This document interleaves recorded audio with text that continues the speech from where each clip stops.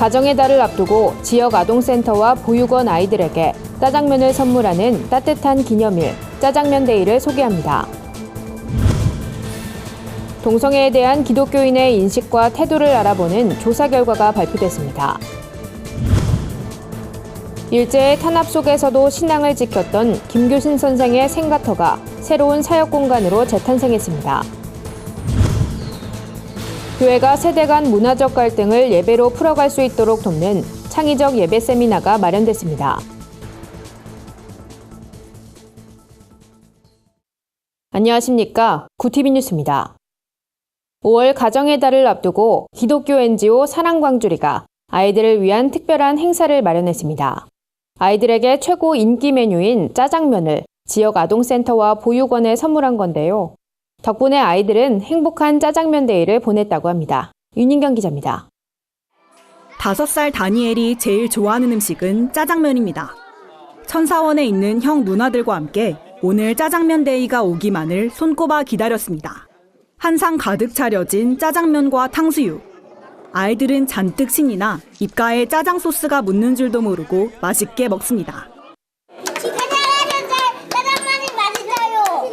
짜장면이 좋다. 언니들과 먹어서 정말 좋아요. 국제구호단체 사랑광주리는 작년에 처음 짜장면 데이 행사를 열었습니다.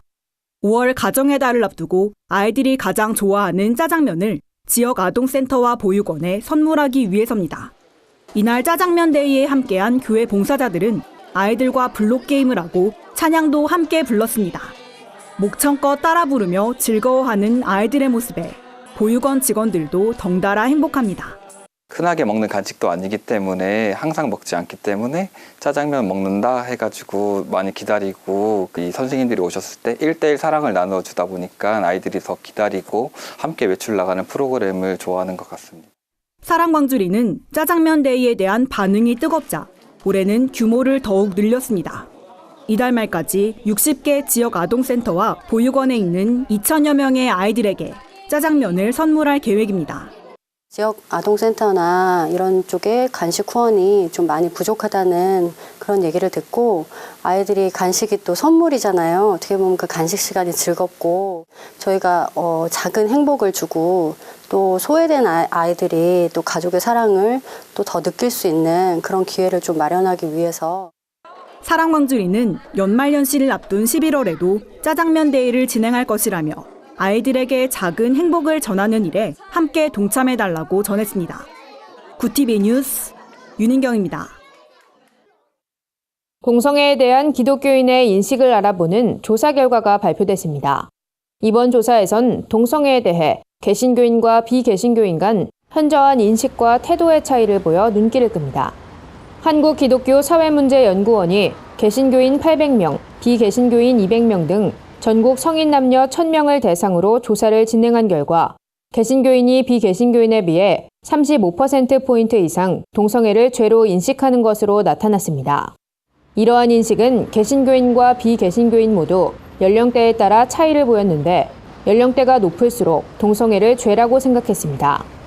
또 동성애에 대한 태도와 관련해 지인이 동성애자임을 밝힌다면 기존의 관계를 유지할 것인지 묻는 질문에 개신교인 32.7%, 비개신교인 38.5%가 그렇다고 답했습니다. 동성애에 대한 태도는 남성보다 여성이 연령대가 높은 층보단 낮은 층에서 동성애자에 대해 포용적인 태도를 보였습니다. 연구원은 동성애자에 대한 인식과 태도 간 상관관계를 분석한 결과 동성애에 대한 죄인식이 강할수록 동성애자와의 관계를 기피하는 경향을 보였다고 밝혔습니다.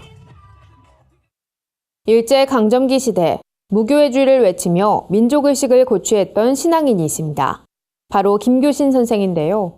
김교신 선생의 생가터가 새로운 사역 공간으로 재탄생해 눈길을 끕니다. 순교자의 소리 현숙 폴리 대표는 당시 신앙인들의 영성을 보여줄 수 있는 곳으로 사용되길 기대한다고 밝혔습니다. 오현근 기자의 보도입니다. 김교신 선생은 성경에 입각한 교회의 본질을 찾는 데 힘쓴 한국 기독교 초기 신앙인입니다. 예수 그리스도와 일치하는 삶이 기독교인의 삶임을 몸소 보여준 교육자이기도 합니다. 특히 김교신 선생은 성도들이 성경을 읽고 기도하는 모든 자리가 교회라고 가르쳤습니다. 이러한 초기 기독교 영성에 큰 영향을 끼친 김교신 선생의 업적을 기리며 한국 순교자의 소리가 김교신 홈을 개관했습니다. So we need to learn again how to do our primary ministry in homes. So we chose an ordinary home that was the location of a great early Korean Christian. 김교신 홈은 김교신 선생이 남긴 영성을 라디오와 출판물로 담는 역할을 합니다. 작은 녹음실과 인쇄실을 통해 전 세계 기독교인들에게 초기 신앙인의 영성을 고스란히 전달하겠다는 겁니다.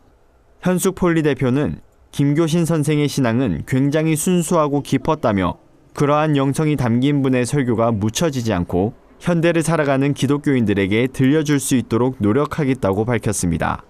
기독교인이면 누구나 와서 여기 이 자리에 와서 자료를 찾고 그분들의 설교가 전 세계에 있는 한국 사람들에게 들려질 수 있도록 라디오로 녹음하고 또 책으로 문서로 만들어낼 수 있는 그런 장소로 만들어졌으면 좋겠습니다. 나라의 아픈 역사 속에서도 순수하고 깊은 신앙을 지켰던 김교신 선생의 영성을 통해 오늘을 사는 기독교인들이 예배의 본질을 되찾을 수 있길 기대해봅니다. 구티비 뉴스 오현근입니다. 교회가 세대 간 문화적 갈등을 풀어갈 수 있도록 돕는 창의적 예배 세미나가 열렸습니다. 올해로 14회째를 맞은 이번 세미나에선 예배의 본질을 회복할 수 있는 방안과 모든 세대를 아우르는 통합적 예배 형식이 논의됐습니다. 이날 강사로 나선 예능교회 조건의 목사는 기성세대와 젊은 세대의 문화적 갈등은 예배 음악에서 오는 경우가 많기 때문에 통합적 예배 형식을 창출해야 한다고 제안했습니다. 이어 예배 음악의 변화와 함께 설교의 주제, 교회 절기, 회중을 고려하는 것도 중요하다고 강조했습니다. 세미나에선 통합적 예배를 적용한 예능교회의 예배 실황을 엿볼 수 있는 쇼케이스도 진행됐습니다. 또 예능교회 예배 큐시트와 시리즈 설교 캘린더, 찬송가 편곡 자료 등을 제공해 참석자들의 이해를 도왔습니다.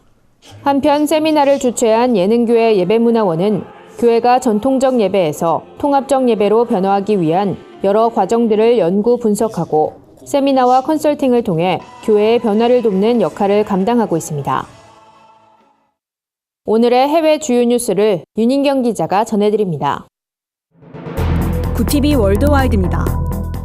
세월호 참사 4주기를 맞아 세계 곳곳에서 희생자를 기리는 추모제가 이어졌습니다. 독일 뮌헨 근교의 한 교회에선 교민 30여 명이 추모곡을 연주한 뒤 노란색 인간 리본띠를 만드는 퍼포먼스를 진행했습니다. 프랑스 파리에서도 시내 광장에서 추모 문화제가 열렸습니다.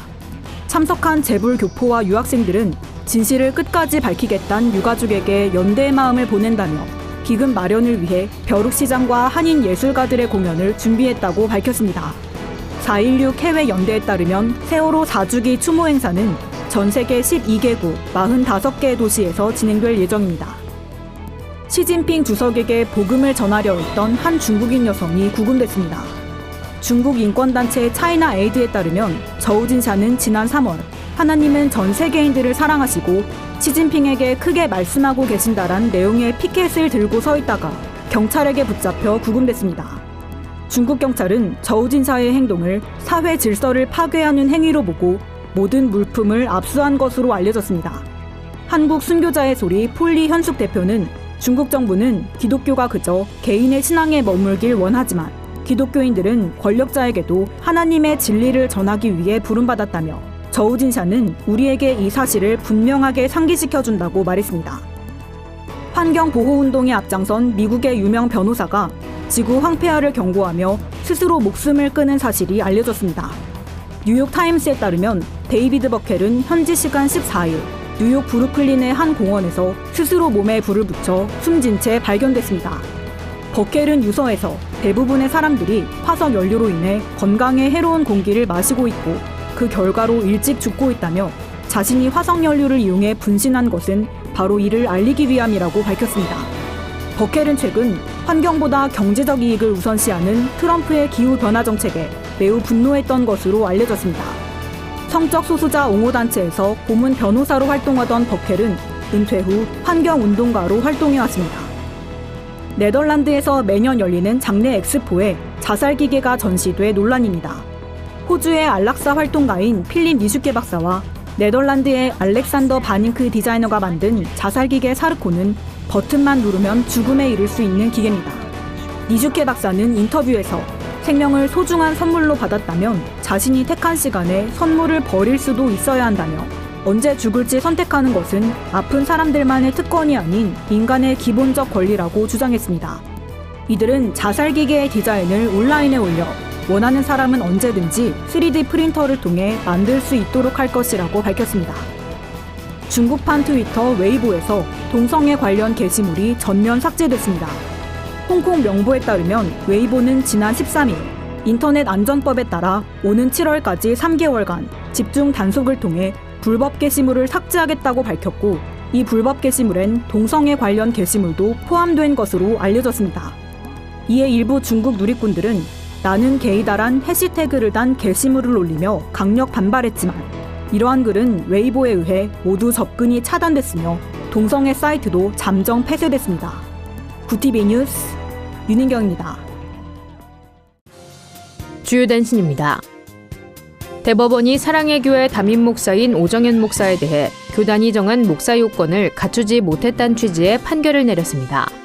재판부는 오 목사는 목사 후보생 자격으로 편입학 시험에 응시했고 학적부에 미국 장로교 교단에서 목사 안수를 받은 경력이 기재되어 있지 않다면서 오 목사는 목사 후보생 자격으로 일반 편입한 것으로 보인다고 판단했습니다.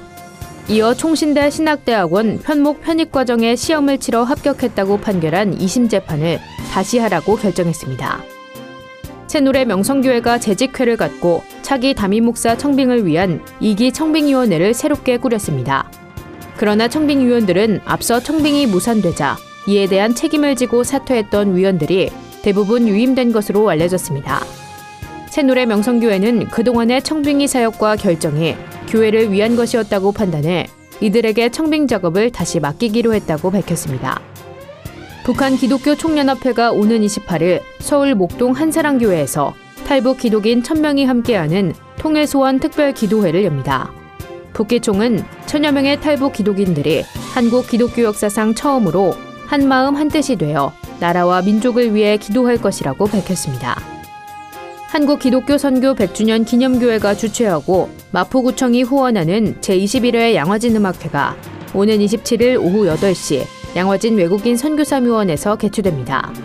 이번 음악회는 옥수사진관 콘서트로 꾸며집니다. 옥수사진관은 초생달, 푸른 날, 산책 등의 곡을 들려줄 예정입니다. 이상으로 뉴스를 마칩니다. 구티비 뉴스는 인터넷 신문 데일리 굿뉴스를 통해서도 보실 수 있습니다. 시청해주신 여러분 고맙습니다.